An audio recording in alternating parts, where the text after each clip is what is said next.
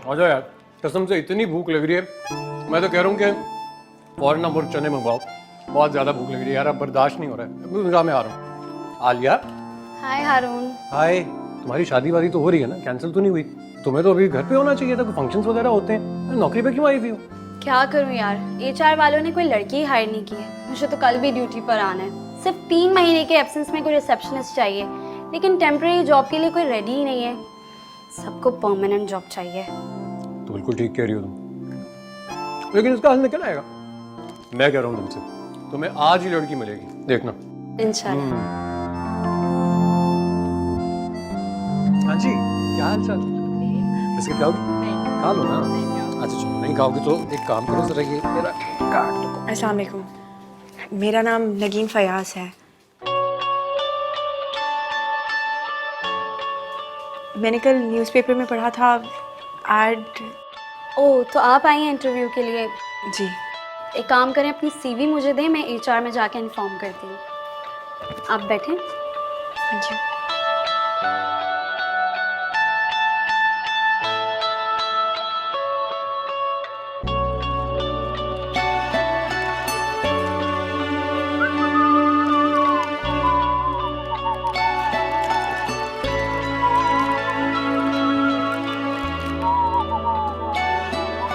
वाह वाह वाह, अरे आप यहाँ? चीटिंग है, ये तो मेरा सवाल होना चाहिए था। वैसे मैं यहाँ पर नौकरी करता हूँ, मैं यहाँ पर स्पेशल क्राइम रिपोर्टर हूँ। आप क्यों आई हैं यहाँ पर? अरे अरे अरे, क्या हुआ? मेरी डेजिग्नेशन नहीं पसंद आई क्या? मिस नगीन, एक दफा मेरी बात तो सुनिए। जुर्रत कैसे हुई आपकी? I am so sorry, I am really sorry. आप बिल्कुल ठीक कह रही हैं, मुझे आपका हाथ नहीं पकड़ना चाहिए था, लेकिन आप मेरी बात ही नहीं सुन रही थी। देखिए, मैं अच्छी तरह जानता हूँ कि आपको नौकरी की कितनी जरूरत है। आप इस तरह इंटरव्यू दिए बगैर कैसे जा सकते? आप कौन होते हैं ये डिसाइड करने वाले कि मुझे यहाँ इंटरव्यू देना चाहिए या नहीं? हाँ, आप ठीक कह रही हैं, मैं कोई नहीं हूँ, लेकिन हमारा इदारा बहुत अच्छा है। मैं जानता हूँ, अगर आप यहाँ इंटरव्यू देंगी आपको ये नौकरी मिल जाएगी, और अगर आप चाहती हैं तो मैं खुद चेयरमैन साहब से बात कर लूंगा। मुझे आपकी किसी सिफारिश की कोई जरूरत नहीं। देखिए, आप मुझे गलत समझ रही हैं, मैं सिर्फ आपकी मदद करना चाह रहा हूँ। मुझे आपकी किसी मदद की भी कोई जरूरत नहीं।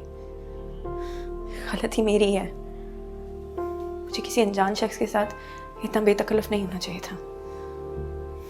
ये बताएं कि आप हर जगह मेरे पीछे क्यों आ जाते हैं, मेरे सामने क्यों आ जाते हैं? ये सब कुछ आप जान के करें या फिर? मैं जान के आपका पीछा क्यों करूंगा? ये हमारी आज की मुलाकात भी महज एक इत्तेफाक था और कुछ नहीं। देखिए, मैं सिर्फ आपको समझाना चाह रहा हूँ कि आप अपने गुस्से और अनाह के पीछे ये अच्छी नौकरी नहीं छोड़ सकती हैं। ये बहुत बड़ी अपॉर्चुनिटी है आपके लिए। अभी ये टेम्परेरली आपको एक रिसेप्शनिस्ट की नौकरी देंगे, लेकिन अगर आपकी परफॉर्मेंस अच्छी होगी ना तो ये आपको परमानेंट कर देंगे। ये चांस बार बार नहीं मिलेगा मिस नगीन, आप समझ क्यों नहीं रही हैं? देखिए, मेरा काम था आपको समझाना, अब आपको जो करना है वो आपकी मर्जी है।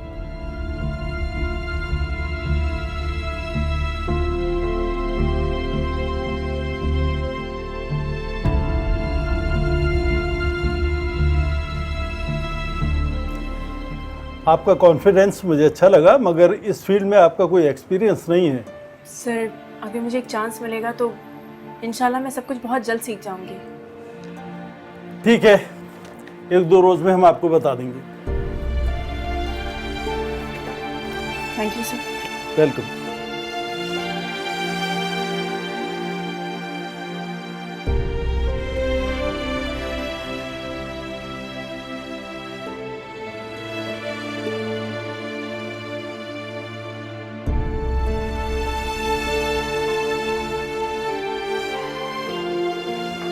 सर, मैं कम इन? यस, सर, वो आपसे एक रिक्वेस्ट करनी थी सर। बैठो। सर, वो अभी एक लड़की आई थी इंटरव्यू के लिए। सर, मैंने यही रिक्वेस्ट करनी थी कि मैं उसे ज़ाती तौर पे जानता हूँ सर, बहुत नीडी लड़की है सर, उसे जॉब की बहुत ज़रूरत है। तो सर रिसेप्शन पे 1 महीने के लिए अभी जगह खाली है, अगर आप उसे वहाँ पर चांस दे दें तो। आपकी रिलेटिव है? मेरी? जी। नहीं सर, रिलेटिव नहीं है, समझिए मेरी नेबर है सर।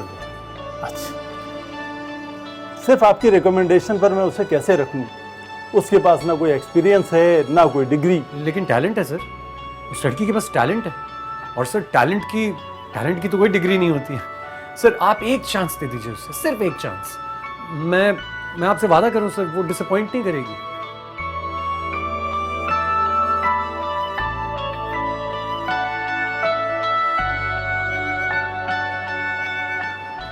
एक्सक्यूज मी, आपका आखिर मसला क्या है? मेरा मसला हम बाद में डिस्कस कर लेंगे। आप बताइए ना, आपका इंटरव्यू कैसा रहा? बस सही रहा। अच्छा चलें, कोई बात नहीं। मुझे यकीन है कि आपको ये नौकरी मिल जाएगी इंशाल्लाह। ये बात आप इतने यकीन से कैसे कह सकते हैं? और वैसे आपको मेरी इतनी फिक्र क्यों है? देखिए, मैं सिर्फ इतना चाहता हूँ कि आप मेरी वजह से, क्योंकि मैं यहाँ जॉब करता हूँ, अपनी ये अपॉर्चुनिटी ना गंवाएं। मैं अच्छी तरह जानता हूँ कि इस शहर में एक लड़की का अकेले जॉब लेना, सेटल होना कितना मुश्किल काम है। किस्मत ने आपके दरवाजे पर दस्तक दी। आप क्यों उसे वापस मोड़ना चाहती हैं? सिर्फ इसलिए कि मेरे जैसा फ्लर्ट इस दफ्तर में नौकरी करता है, जो जानबूझ के आपके आगे पीछे घूमता फिरता है। मैंने बिल्कुल ऐसा नहीं कहा। देखिए, हर बात ज़बान से कहना तो ज़रूरी नहीं होता।